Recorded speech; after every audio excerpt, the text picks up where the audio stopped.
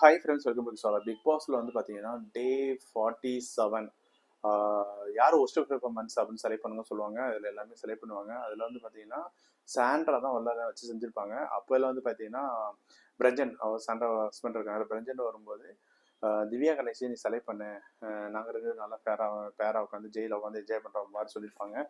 அதை வந்து பார்த்தீங்கன்னா பிக் பாஸ் நோஸ் பண்ணிட்டு ஃபைனலாக வந்து யார் ஒஸ்ட் பெர்ஃபார்மர்னா சாண்ட்ரா விசஸ் திவ்யா கணேஷ் அவங்க ரெண்டு பேரும் வந்திருந்தாங்க.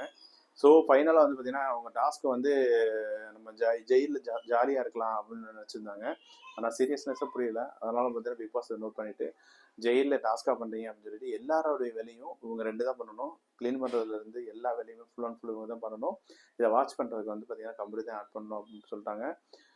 ஏன்னா அவங்களுக்கு அந்த சீரியஸ்னஸில் நீங்கள் ஒழுங்காக பெர்ஃபார்ம் பண்ணலன்னு சொல்லி தான் அவர் வந்து ஜெயிலே போடுறாங்க. அந்த ஜெயில் டாஸ்க்கே வந்து உங்களுக்கு ஃபேவராக பண்ணுறீங்க அப்படின்னு நினைக்கும் போது வந்து பார்த்தீங்கன்னா ஓவராக பண்ணிட்டு இருக்காங்க. எனக்கு சாண்ட்ரா வந்து ரொம்ப ஓவர ஆட்டிடியூட் பண்ணுறாங்க நினைக்கிறேன். ரொம்ப தலைக்கணம் அதிகமாகிடுச்சு, வயற்கரை வந்துட்டோம், நம்மளை விட்டு மீறி யாரும் பண்ண மாட்டாங்களோ அப்படின்னு நினைக்கிறாங்கன்னு நினைக்கிறேன். ஸோ அதனால் வந்து பார்த்தீங்கன்னா அவங்க அவங்க அப்படி நினைக்கிறாங்க அப்படின்னு நினைக்கிறேன். ஸோ யாருக்கெல்லாம் தோணுச்சு சாண்ட்ரா கொஞ்சம் ஓவர் ஆக்டிவாக போயிட்டு இருக்காங்களோ அப்படின்னு தோணுது.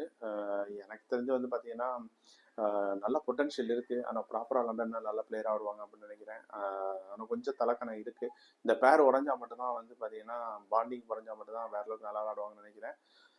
ஸோ பொறுத்தது பார்ப்போம் யார் வின் ஆகிறாங்க அப்படின்னு சொல்லி வெயிட் பண்ணி பார்ப்போம். இந்த வீடியோ பிடிச்சிருந்தா கண்டிப்பாக லைக் பண்ணுங்கள், மறக்காமல் சப்ஸ்கிரைப் பண்ணுங்கள். தேங்க்யூ.